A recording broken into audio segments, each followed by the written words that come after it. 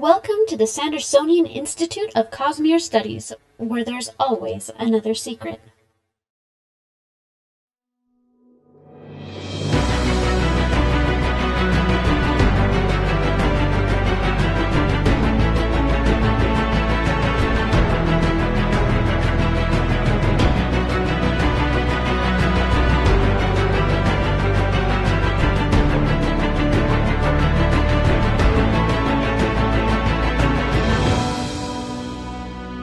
Welcome back, Sixers, to the Sandersonian Institute of Cosmere Studies. This is episode 142.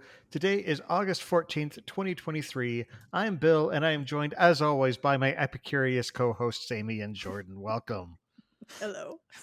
Love that. That's good. I don't know if I'm actually technically able to use that. That might be a trademark term, but... I don't know that it applies to me. I'm not as adventurous as other I people. thought that was named like after some Greek dude. Well, no, the word is Epicurean. Yeah. Epicurious is the name of a publication. Oh, I didn't know this. I'm learning so much. Yep. Before we get started, we do want to remind our listeners that the Sandersonian Institute of Cosmere Studies is not a spoiler-free podcast. That means that if there's something in the Cosmere you haven't read and are worried about hearing spoilers, you might want to go read those first, then come back and join the discussion.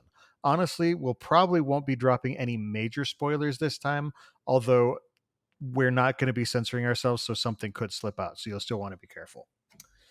Because tonight, we are talking about a subject that is near and dear to my heart, food, glorious food.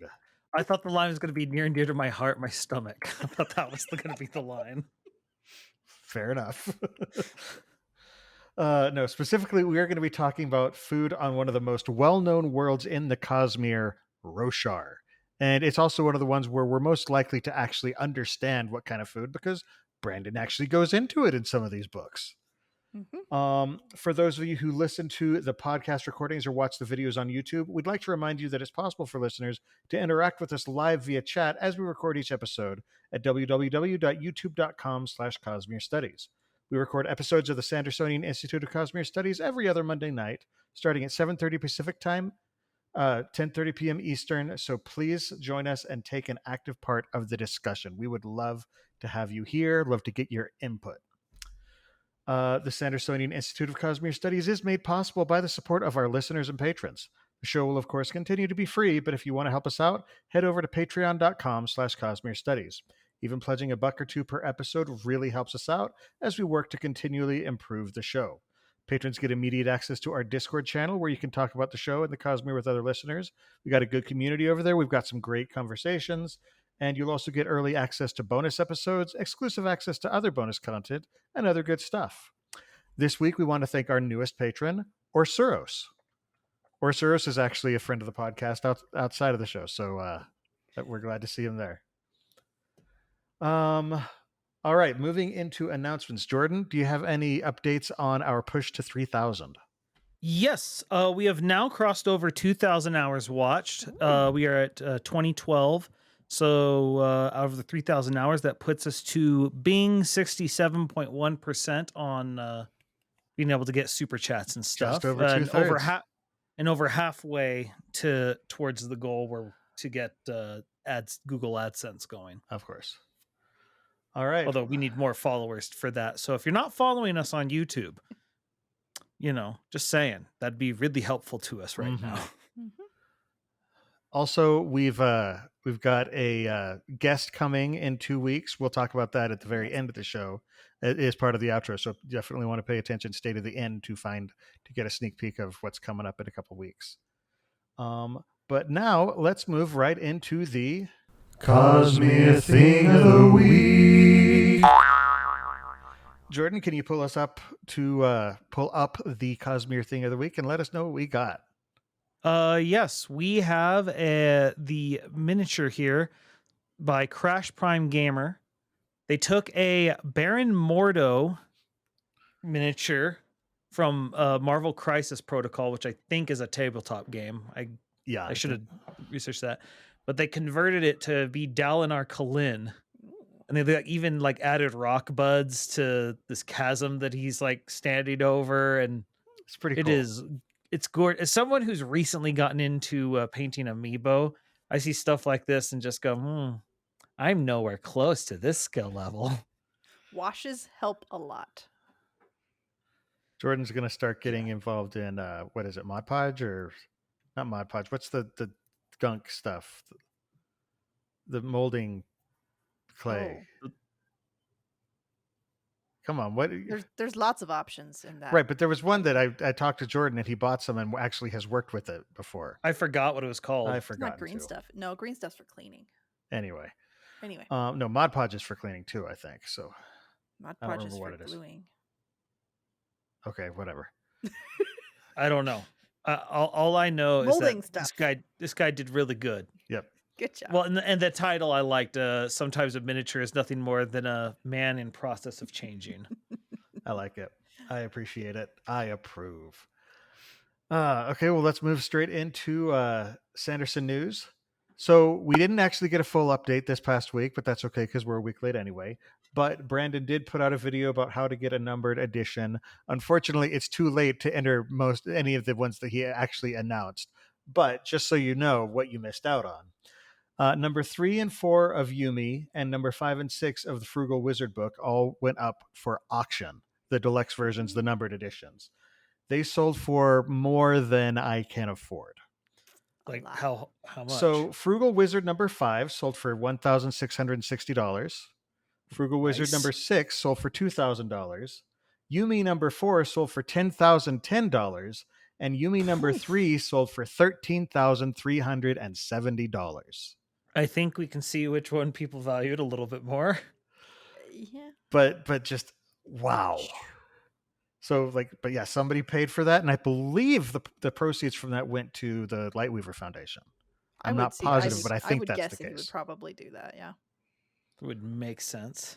But yes, $13,370. And I do agree with Leverlita in chat saying it's very satisfying that Yumi sold for $13,000. Why? Because we think 13. Well, that's right. 13 is the number.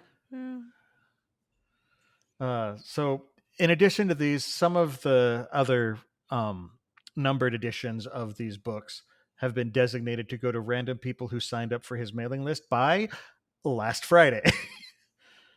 So they're likely going to announce the winners of that on his YouTube channel is what I'm guessing. I haven't seen any announcement of it on it just yet. And then there are others reserved for other methods to win them. So we don't know what those are going to be yet. So you haven't lost your chance, just your chance for the ones that we know how to do. Mm-hmm. So, but that's really the extent of the Sanderson news that we got this week. So yeah. Shall we move into our discussion? Sure. Indeed. Okay, so Roshar and the Stormlight Archive is really one of the books where Brandon has gone into food a little bit more than others as part of his world building process because the world is very, very different from ours. Yeah. And it's actually probably a world that Jordan, I know, would enjoy eating because many of the proteins are shellfish, are crimlings and chasm fiends and other shelled crustaceal. Yeah, I'd be able to defeat a chasm fiend by myself just by attacking it with my teeth. You know, I would question you, but I have seen you go through a bag of seafood boil stuff very quickly.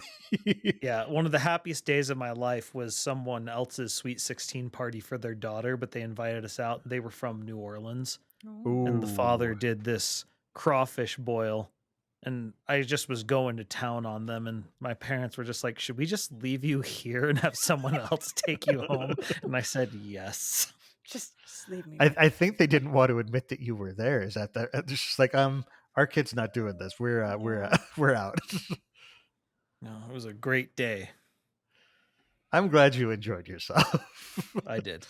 But no, enjoyed myself with this. I mean, we are pulling this from it's a series of Tor articles about Cosmere cuisine or whatever they called it. Yeah, we came across these a couple weeks ago, actually, and it was just sort of one of those, this is a gold mine. This is a treasure trove. Because at Tor, they went through, and like I said, there's several articles. There's 2 about Roshar. There's one about Scadrial. There's one about Warbreaker, and just talking about different... It's almost like with a lot of IPs, they'll put out an official cookbook And this is kind of like an unofficial version of that in ebook form. Not ebook form, Yeah. but digital format. Yeah.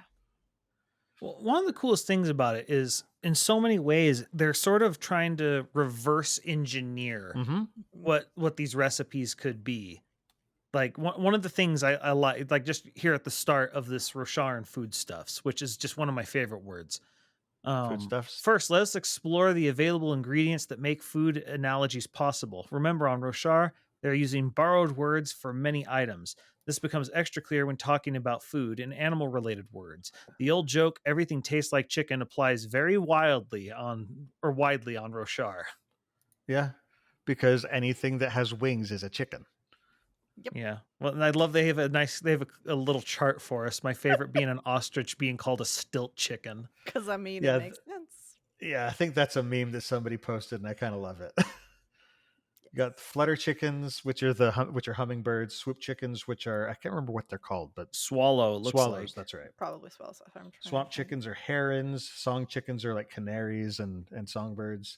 Night chickens. Pompous chickens Owls. are animals like our own Magellan, or Jello, as he's more colloquially known. Well, color chickens. Oh, that's a regular cockatoo. parrots. Color chicken would be the parrot, which is what he Yeah. is. Which one is it? Is it in the first or the second one where they have that graph? It's in the first one. First Got to one. scroll down about halfway. But no, it's very interesting hearing them just trying to figure out what are the things that they would have, and they're really using the world and trying to figure out what are the actual ingredients. Right. Because when you have a world like Roshar, you're not going to have the normal vegetables that we have. You're not going to have the normal animals or livestock that we have. Or even flour. Like Mhm. they didn't want you using wheat flour. They wanted you using cassava Well, flour or these different kinds of flour. Well, that's because wheat is from Shen or Shinovar.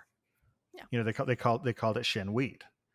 But like they have other things that, you know, they talked about how Lavis is probably most like our corn. Where the polyps inside are kind of like corn kernels, except that they grow inside of a husk to protect it from the storms. Well, I mean, corn grows inside a husk too. It's just It's a little different, less Not as thick. a hard husk is what, Yeah. like almost a shell. Mhm. Yeah, like a coconut. Mm-hmm. Except everything has one. And then the thing that really got me was milk, you know, dairy, because there's not a whole lot of cattle. And at first I was worried. I was like, wait, they treat chulls like chulls aren't mammals. How were they getting? But Did they say apparently they said pigs. it there, right?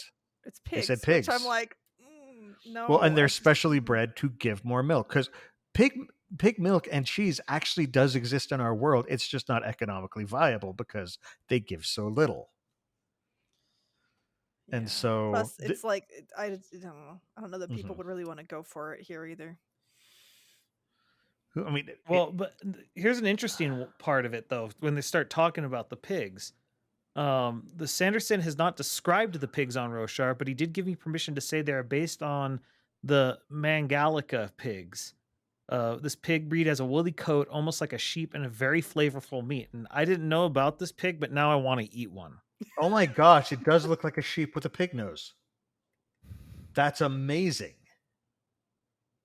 They're kind of a woolly But it pig, also yeah. would make a lot of sense because you would need something that is a little tougher Mm-hmm. than a normal, you know, well, what we think is pig, you know, those are domesticated pigs. And so Yeah. they've naturally gotten fatter and less independent because they've been raised to be, you know, fattened up and killed. to be, yeah, exactly. And so but when you have all, you know, storms raging across your entire continent, you need something a little more hardy. Yep. But These are like, I love these little things. They just keep. But culinarily speaking, it makes sense that, you know, there's like, okay, so you would probably want to work with, like with cheeses, you'll want to work with cheeses made from goat's milk and sheep's milk rather than, you know, Cow. than cow milk. Mm-hmm. And so, for example, Jordan, what did we make? Well, I used feta cheese for the polenta that it was goat. It's called goat cheese polenta, but They just said use feta cheese, which is that goat Feta cheese? Feta is a goat cheese. I didn't know that. I've just always just used it. I love the flavor. Oh, feta is delicious. Yeah. But yeah, so this was mixed in with the polenta, which is made from cornmeal, and it's basically another. It's very similar to grits, but not quite. Well, in my version's extra gritty. That's just because you let it dry out a little bit. Well, so you're supposed to stir it in, like the cornmeal into the boiling mixture, but you're supposed to do it slowly. And I thought I did, but I've never made a polenta before, so I have no baseline for how slowly is. And typically, it's very slowly. It's a little more lumpy than I would have liked. But we put in some kremlings in with it. And those were delicious. And by kremlings, I mean shrimp, because shrimp goes with any meal. But, we got our own Jordan Ramsay over here. Yes, thank you. But the thing here is that I'm a little disappointed coming out is I am a traditional Vorin man. And it didn't come out as spicy as I like, which is why I have this curry hot sauce that Bill recently acquired. You stole my hot sauce. It's all for effect. It's okay. And, I already get my books read to me like a proper Vorin man, and now I can eat like a proper Vorin man. For anyone who's curious, I had my college-age nephews and nieces over last night. I filled up my smoker with wings, and we did the Hot Wings challenge, because I got all 10 from the most recent season. And let me tell you that the bomb that they put on the show, they are not overemphasizing how painful that is. Like, it's like they bottled the sensation of having someone come up and kick you in the teeth. And that is why I will never do that challenge. I saw what was happening to your nieces and nephews as they ate it, and I'm just like, my nieces and nephews, nothing to me. Oh, but yeah, but I expected it to destroy you because you've told me how you don't like spicy things. I'm shocked you did it. I don't dislike spicy things. It's just I don't like it when the flavor becomes just hot. And of the 10 that I had, really that's the only one where that truly happened. But it was just, oh gosh, it was uncomfortable. Like it was very Vorin of you. Good work. Oh gosh. It was concentrated. Yesterday was a pain. fun show for me. Just because you chickened out. Yeah. So how did you cook your shrimp? Oh, I just I guess what would it be, saute? Is that what I did? Just in a pan. I didn't see you cook it. It was just in a pan. I don't know. Yeah, that'd be saute. Yeah. I am what a humanities major would call a Philistine. And so I don't know what any of the stuff I do is called or technically is. Like Bill's like, okay, normally with a polenta, you put the shrimp on top of it, not mix it in it. And it's like, oh, well, we're learning things, aren't we? Philistine. Here we go.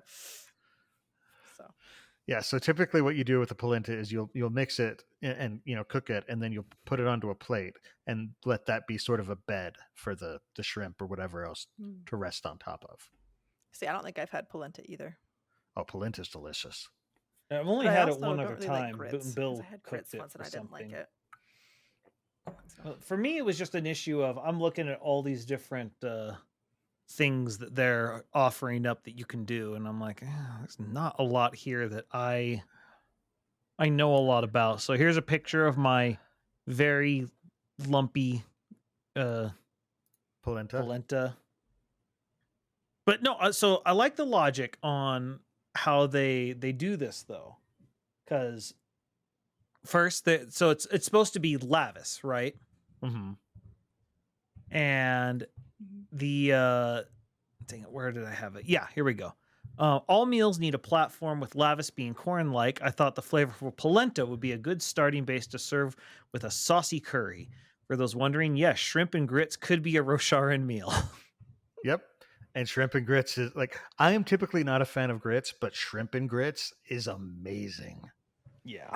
Jordan remembers when I had it at Disneyland. A moment. No, that was something else, I think.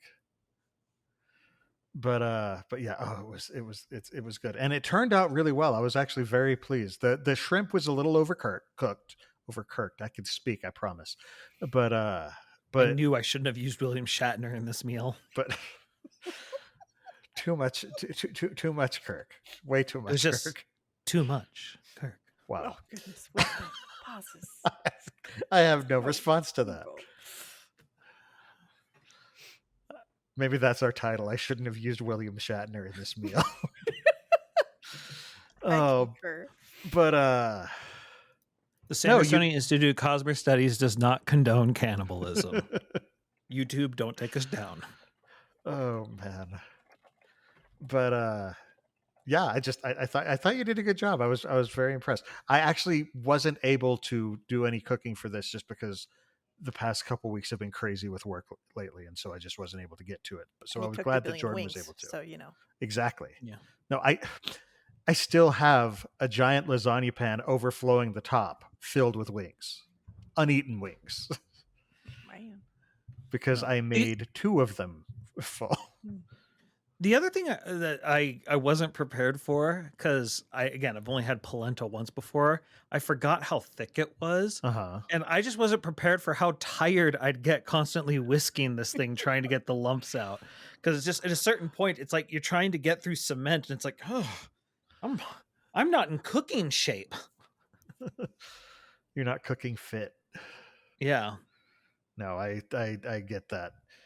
Yeah, so that's the thing is with when you're adding any type of meal to a hot liquid, yeah, you want to go very, very slow, otherwise you're going to get a whole bunch of lumps. Yep. Or if you can put them in before you heat it up and just get all the lumps out then. And then heat it up, that works too. That's what I do. Or for example, if you're working with cornstarch, you'll just make a slurry out of it. You'll mix it into water, and then whatever you're cooking, you'll add it to, and that'll thicken it. But this is cornmeal is a little bit different, and so. But yeah. The other one that I was interested in that I thought I might try making was the chickpea and spinach spicy curry.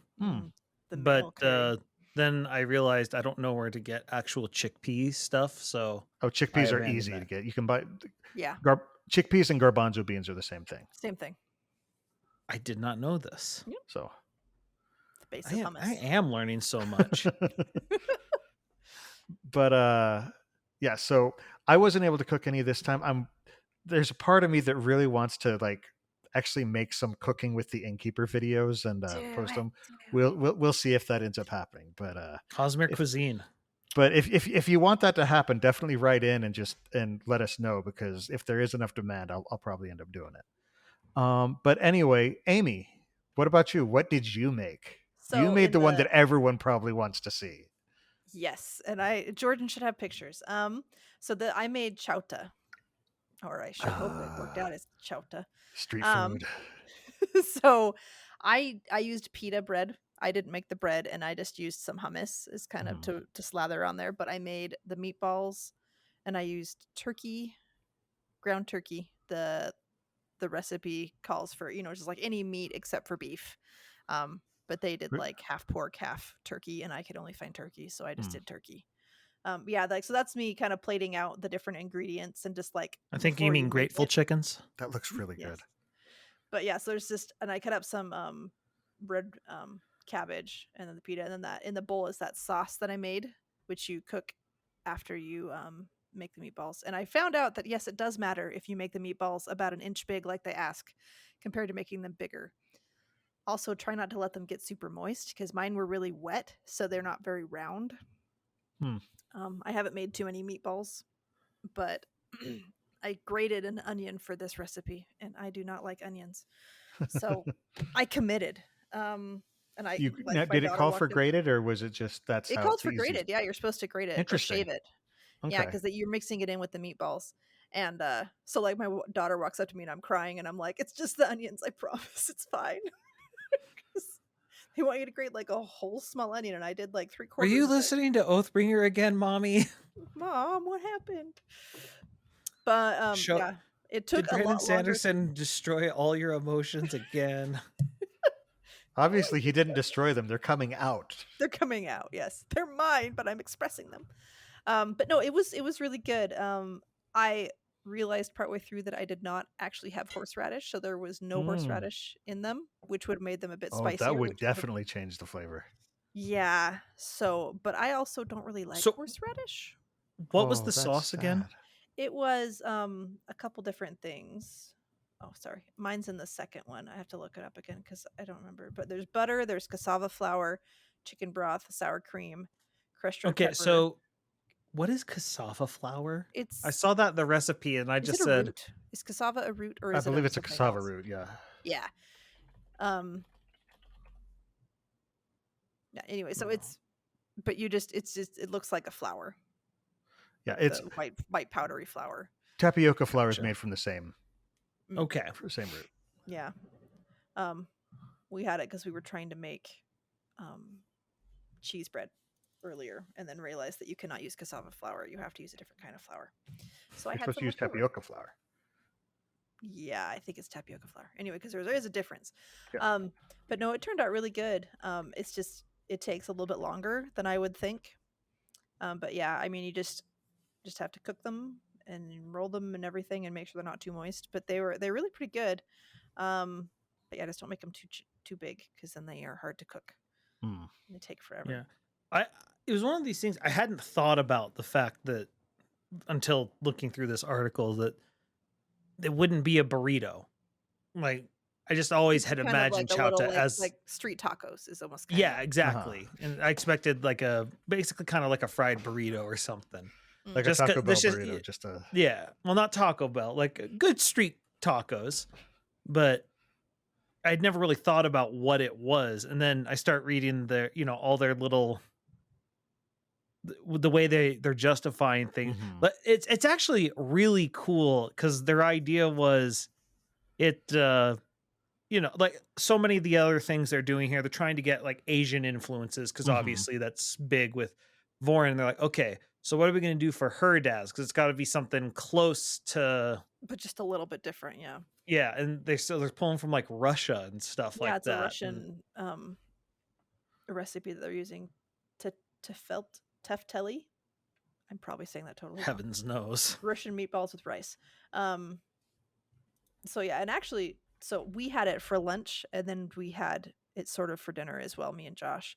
And so he ended up just eating his dinner just on rice, and he's like, "Yeah, it makes a difference when you have it on the pita bread." Mhm. And he said it's a lot better with the pita bread. Oh, But it's yeah. just messy. Well, and that's one of Which- the things they talk about in the book is it's a very messy food. But it's good. Yeah. Yeah. So did you like it?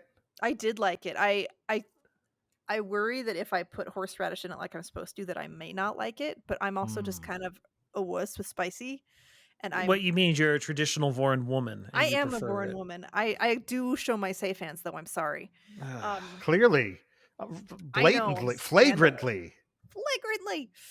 But no, please don't actually make jokes about that in the comments because it gets gross fast. But yeah, I've heard about that in TikTok videos and stuff like that. That people will come after female creators, and it's like, leave them alone. So don't be those people. Now I gotta know.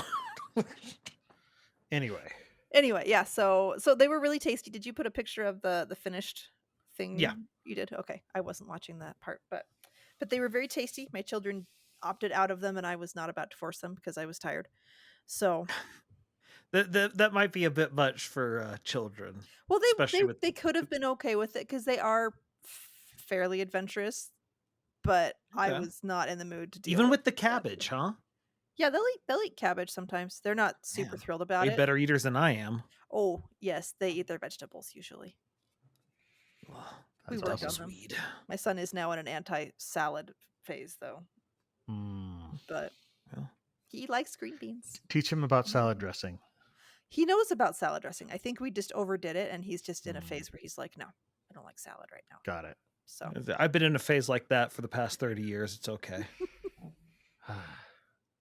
no, chowda's good. It's just a bit of work. I mean, if you wanted to just do pre-made meatballs, it would still work. It just wouldn't necessarily have the same flavor going. But it also sounds like chowta is just kind of flexible in exactly how you do it. It's kind of just meatballs in bread. Well, which makes sense, because if you talk about like in our world, you talk about hot dogs and you have New York style, you have Chicago style, you have all these different styles where it's basically, you take ground meat, put into it, in a seasoned and put into a sausage casing, put it on bread. That's a hot dog, but different places will serve it completely differently. And then you have your Yeah. brats and everything else, which are like a step up of fancy hot dogs. So, which are But actually, again, it's meat Yeah. that's been ground up and seasoned. So Yeah. One of the things I really liked about this, because again, I love how they analyze everything. And we hear I forget the name, who wrote this article, I forget. But they're trying to figure out what meat to put into the chowta. And it's the first chowta we saw in the series uses flangria meat made of from soul casting. This leads to the question of what it tastes like. In a recent live stream, Sanderson made several comments about the soul cast meat, implying that it's an acquired taste. He said that some vegetarians might interpret it as fine to eat since it was never part of a living animal. And I pause and I'm like, is soul cast meat vegan? I think it kind of is. you know what that reminds me of is in Better Off Ted, where they create the meat blob, and then the guy tastes it and is like, "What does it taste like?" He just sort of sits for a second. He says, "Despair." Oh man, it looks like the author is Dina Whitney. Dina Whitney. That's I'm who worried I I'm was saying thinking. I'm just not saying her first name right, but It's either Dina or Diana, maybe Diana. yeah. But I would, Apparently she's a beta reader too. based on that spelling, I would say Dina, but I could be completely wrong. Yeah. So, but she did a good job. Yeah, I was Yeah. thinking to try and make the curries too, but then I was like, I have too much going on. I can't manage to do them right now. Then she Yeah. also talks about like the different drinks and stuff like that. Like the beers and the alcohols and different things like that. Mm-hmm. The wines, I guess I should say, because they call them wines. Yeah. Everything is wine. Everything is wine. Well, I think right now is probably a good time to take a break. Before we take a break, just as a reminder, if you're enjoying this episode, this discussion, or if you want the cooking in the Cosmere videos, write in, let us know at cosmerestudies@gmail.com. Just because if you're enjoying it, we want to know, and we'll do more of this.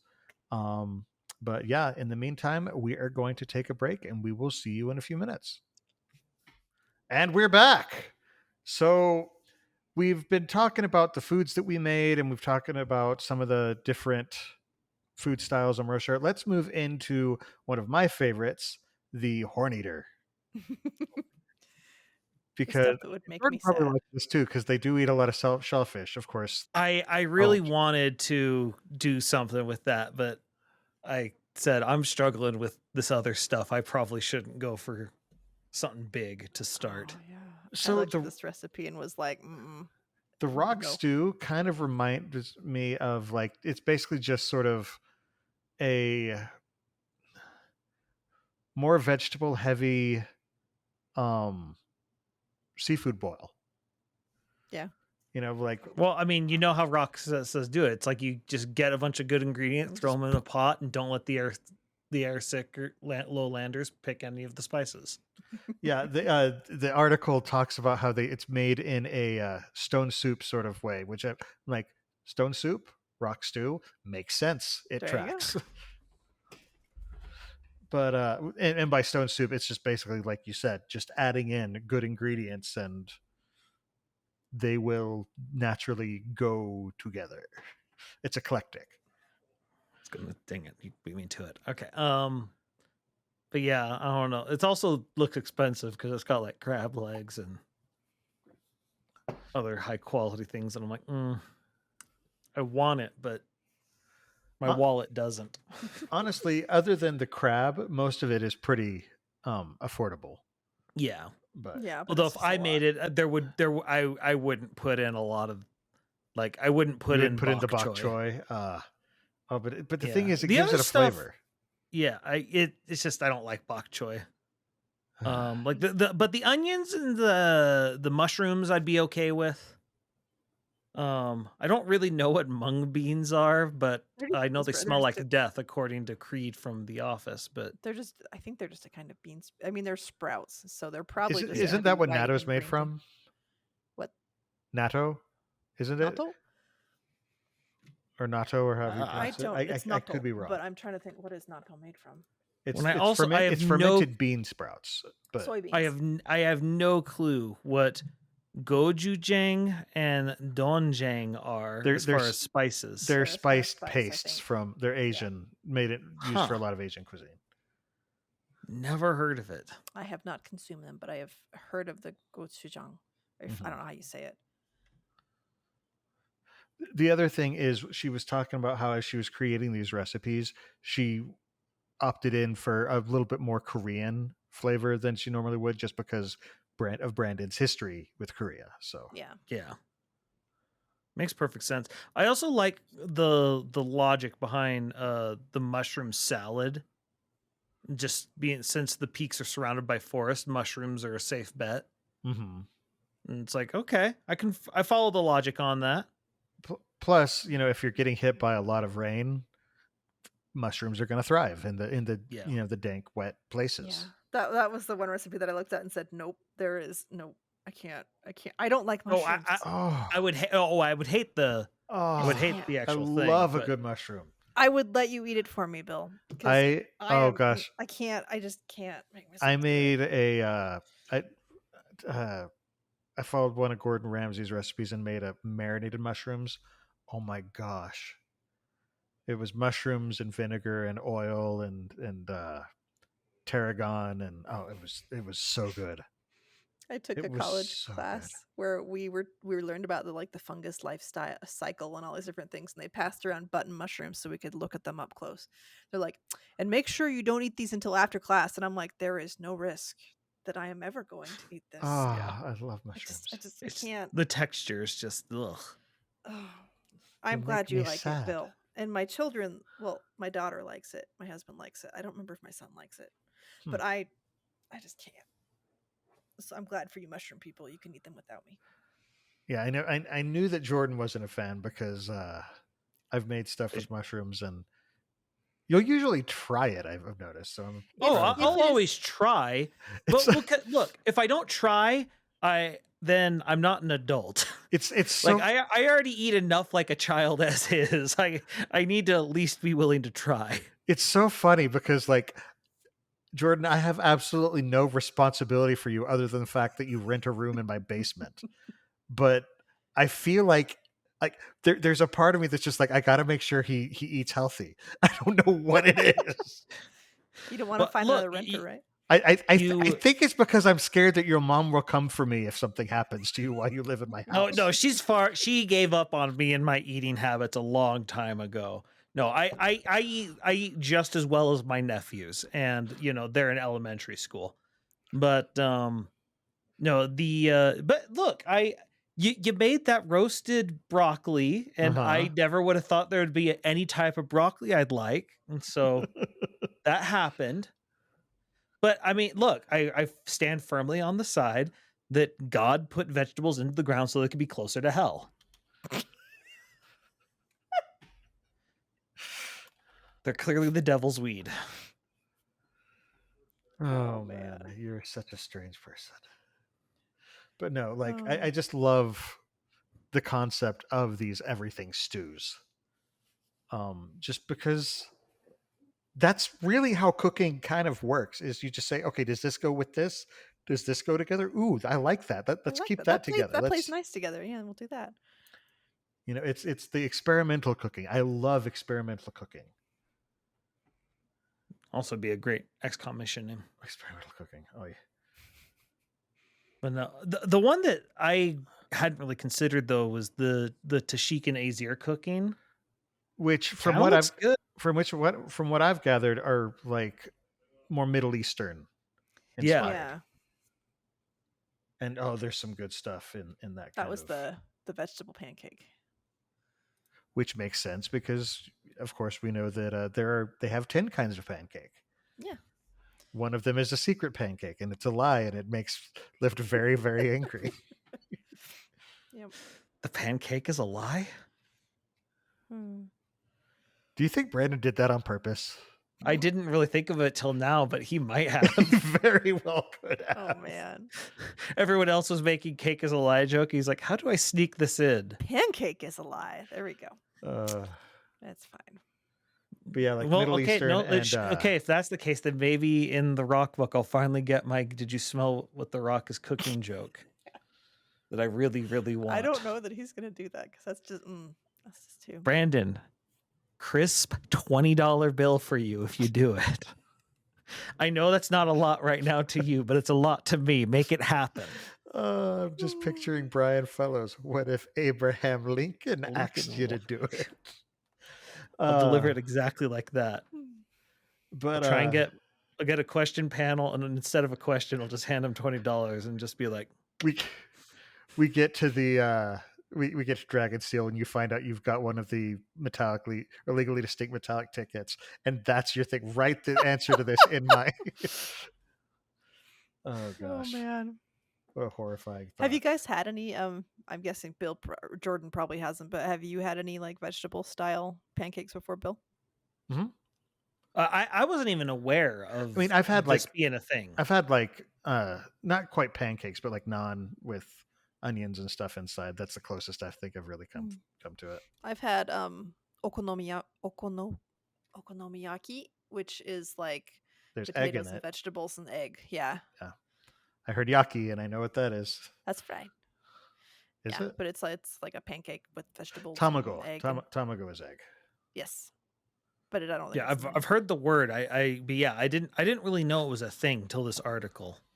Yeah, if you But ever see I love yaki- sweet potatoes. Sweet potatoes I love. So Yeah. See, and I'm I'd not be big on perfectly sweet fine. potatoes. I'm That's a one of the few I don't recovering really picky eater. like. So Okay, so the another one that I want to try out is this black rice coconut pudding, which is a dessert. it looks so not appetizing to me. I want to eat it. It But I'm like, reminds it me just doesn't look of right. it reminds me of this Thai rice dessert. Like I went to a Thai restaurant, and it was like this rice that was mixed in with coconut stuff, and it was sweetened, and then they had mangoes on top of it. It might be sticky rice. Is that sticky rice? yeah, I think I would like this. 'Cause I love coconut, but I don't know what black rice is. I've never heard of it. It's just a different breed of rice. Yeah. Is it sweeter or? I don't really know the difference. It's unfortunately that's not something I know a lot about, but it is something The only that rice I've seen that looks blackish is wild rice, and I don't know if it's the same thing. that's because of the husk, though. Is that what that is? Okay. I like brown rice, but That has more of the husk involved too, doesn't it? Yeah. So it says it has a nuttier and stronger flavor compared to white rice. It's nutritionally, it's between brown rice and red rice. I didn't even know red rice was a thing. I forgot about it. Jeez Louise. There's so many foods out there that just don't get exposed to Americans very often. Mm-hmm. But yeah, Or it's one that I've come across. It's just I watch a lot of cooking videos, and it's one that I've come across a few times, and I'm just like, ooh, that looks intriguing, but I've never. Oh, that does sound tasty. I probably have to go to an Asian market to pick that up, but The rice, the black rice. Black rice.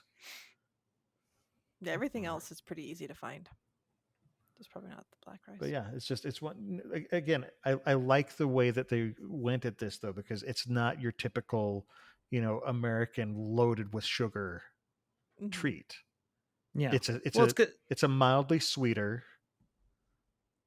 but not drastically sweet dish. I guess it does have 3 tablespoons of brown sugar, so it has some. Yeah, but not as much as you would normally get with American dishes. but it's not like a cup Yeah. or 2 cups. It could be though. George's like, not with that attitude, it couldn't. Well, we could always. add Frankly, more. I'm hearing a lot of can't do's here. Oh man. No, the other one that I wouldn't mind trying out. Obviously, coconut and garlic shrimp, but that's just cheating. That's just a delicious meal. Yeah, I don't know what kabocha squash is, but the roasted kabocha squash. It's like I may or hate it or love it. I don't know. Me and squash is always, it depends upon how it's prepared. I do love a good squash. I almost made the chicken skewers, and then timing didn't work right. But I don't know. There's a a lot of pumpkin. things. Okay, yeah, it's a winter squash, I believe. It's got the harder casing. shell.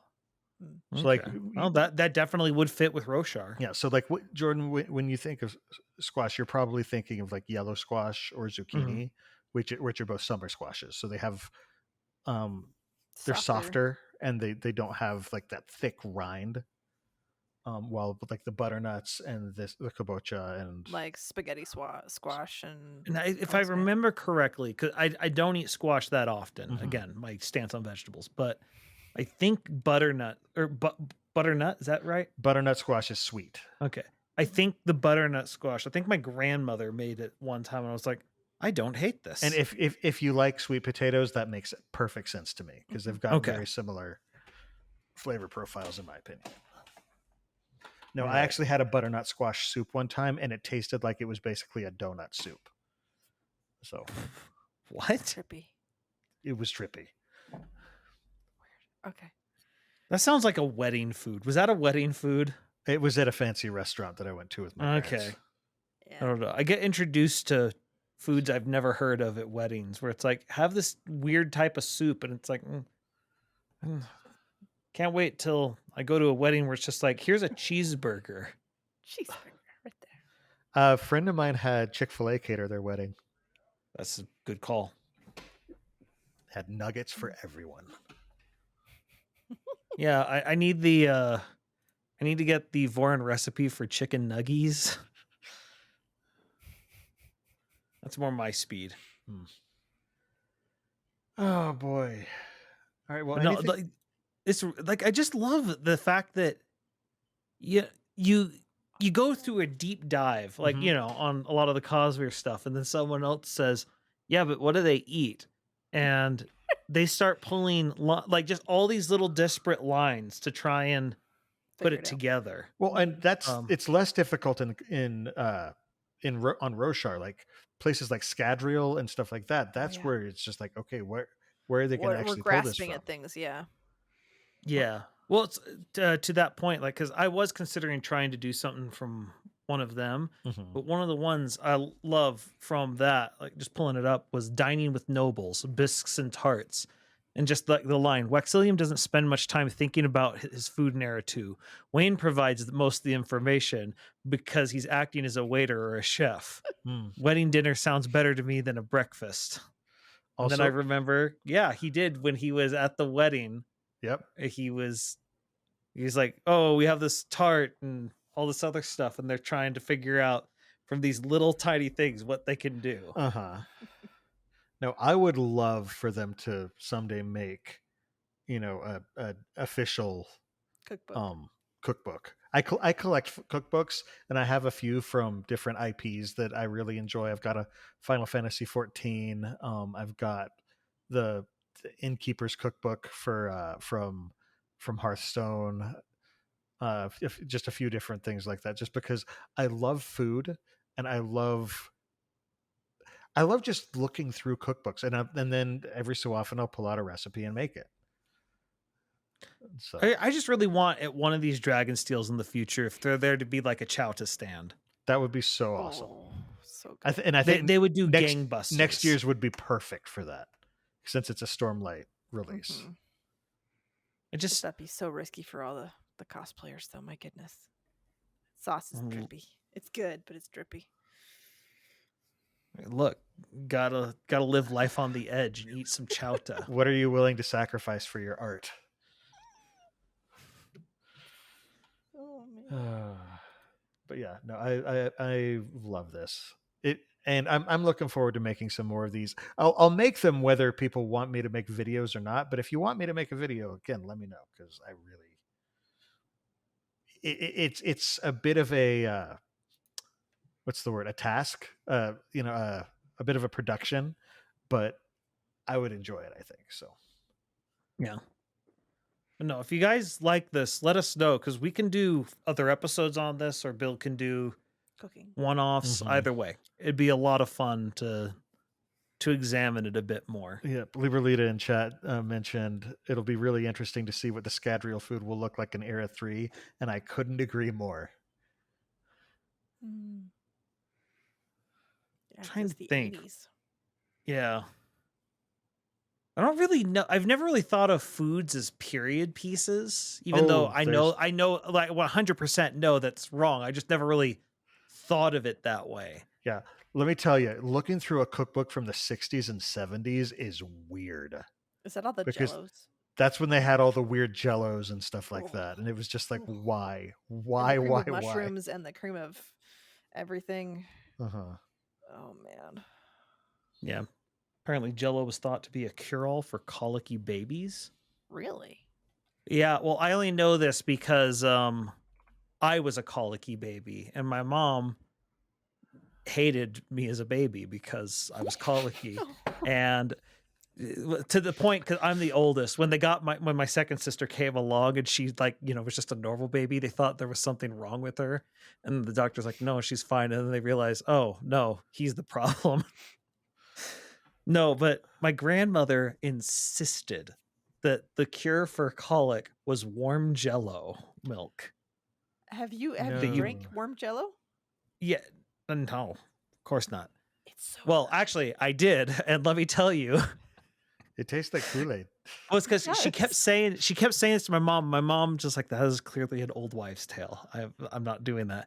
So finally, my mom and my dad go on a date, and Grandma babysits me, and she's gonna.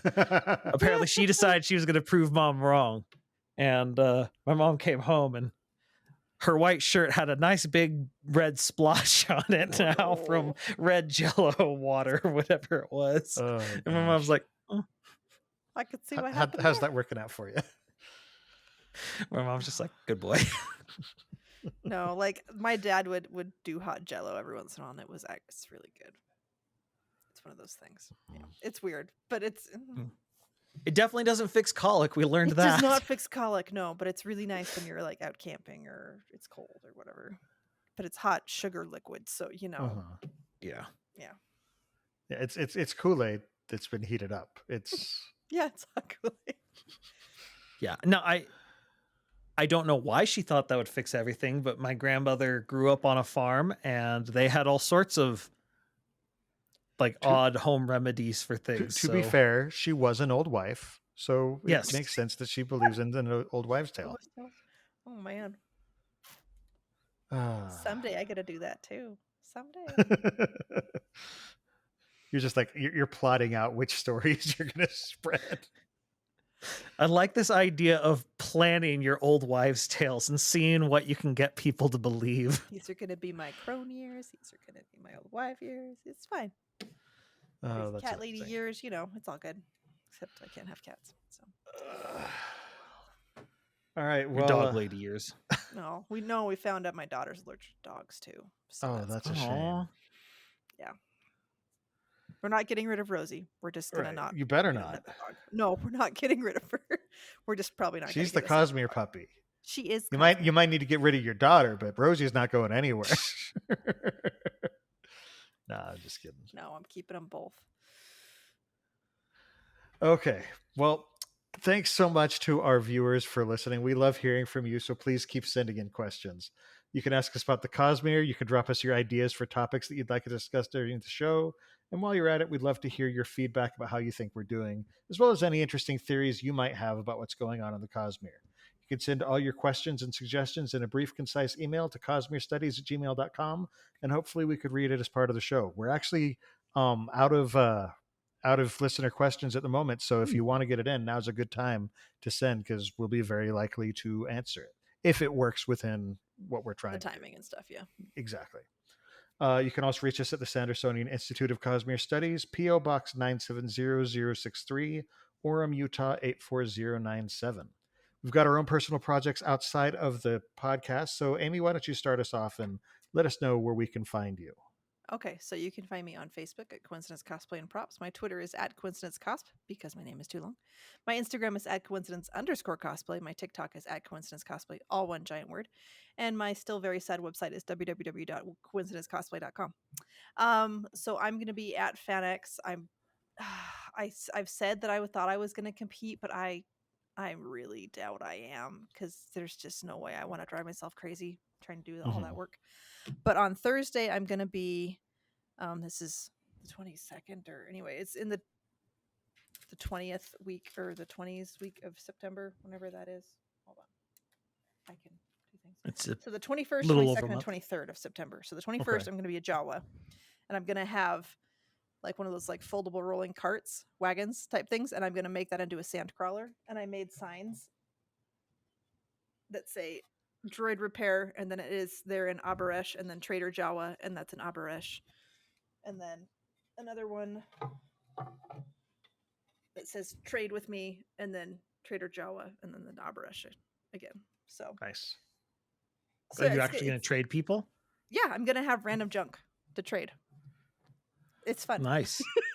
She's going to start with random junk, and then turn it into next month's rent. Well, no, it's funny because me and a couple other people went to Evermore Park actually, and we just traded with people with stuff. And I actually got like a D20 inside of a necklace from somebody who makes some and stuff. So I was like, I'm getting really actually nice stuff for that's cool. Random whatever. But no, so I'm working on doing that, and I think I'm gonna be if I can get Shalon done, I'm gonna be Shalon on Friday, and then Saturday I don't know for sure what I'm gonna be, but we'll figure that out. So maybe relaxed. But that's the big day. I can't relax on the big day. I probably am not gonna compete, but no. I gotta still bring my A game on Saturday. Okay. I tried. Crazy like that. You know. Well, awesome. Anyway, but that's me. Well, That's Jordan, how about you? What do you got going on? Hi, I'm Jordan, and whenever you can find me not eating vegetables on kick.com/splicestream. You drink your vegetables over there. I do. That's actually a frequent thing. I have veggie juice that basically I got mothered to death by some of my viewers and said I don't eat enough vegetables, and we found a way to turn that into a running gag. And it's all my mother's fault. She gave my chat permission to mother me. It was a big mistake letting my mom know about this stuff. But the thing we're doing right now, obviously a lot of amiibo stuff, but I played Baldur's Gate 3 for the first time last week. People seem to enjoy that. We might do more of that, don't know. But stop by. We like you. Not just like, I'm not talking to people in general. I'm talking about you specifically. Yes, you. We'd like to see you come by. Jordan likes you as more than a friend. He likes you. So. As for me, I've got another podcast with my friend Dylan. We talk about board games. It's called The Innkeeper's Table, and we post new episodes every other Friday. I'm trying to remember what our most recent episode was. We actually kind of missed this last week's episode, so we're going to come out with one this week and next week. But yeah, we've got some good stuff coming, so stay tuned. For those of you who want to support the Sandersonian Institute of Cosmere Studies, but you can't become a patron just yet, we'd love it if you'd let your friends know about the show. And don't forget to subscribe to the podcast, to like and subscribe over on youtube.com/Cosmere Studies. And if you want to toss us a good review wherever you listen to us, we would love that as well. So you can also head over to store.streamelements.com/Cosmere Studies to buy merch with the SICS logo and branding and such around it. All right, guys, final thoughts on this episode before we sign out. Roshar is delicious. Yeah, I can easily say of all our episodes, this one was the tastiest. I'm looking forward to trying some of these recipes, like trying to cook them and make them. I enjoy it. So that will be fun. In addition to the live episodes of the show that stream on youtube.com/Cosmere Studies every 2 weeks on Monday nights at 7:30 p.m. Pacific Time, 10:30 p.m. Eastern, listeners can find our videos on YouTube or audio versions of the podcast on Apple Podcasts, Spotify, and just about any other service that carries podcasts by searching for Cosmere Studies. You can also follow us on Twitter, Instagram, TikTok, and Facebook under the profile at Cosmere Studies. For our next episode in 2 weeks, we have a guest coming. The incredible artist Katie Payne, who has several Cosmere works under her belt, will be coming on. She was also part of Brandon's book club for the Frugal Wizard's Handbook for Surviving Medieval England. And hopefully just this conversation should be a lot of fun. She's a delightful person. So I'm excited to have her on the show. We're going to talk about the Cosmere. We're going to talk about her involvement in the Cosmere. And honestly, I don't know what else. So join us for the live discussion in 2 weeks on Monday, August 28th. 2023 at 7:30 p.m. Pacific Time, 10:30 p.m. Eastern at www.youtube.com/Cosmere Studies. Until then, on behalf of Amy, Jordan, and myself, thanks for listening, and remember, there's always another secret.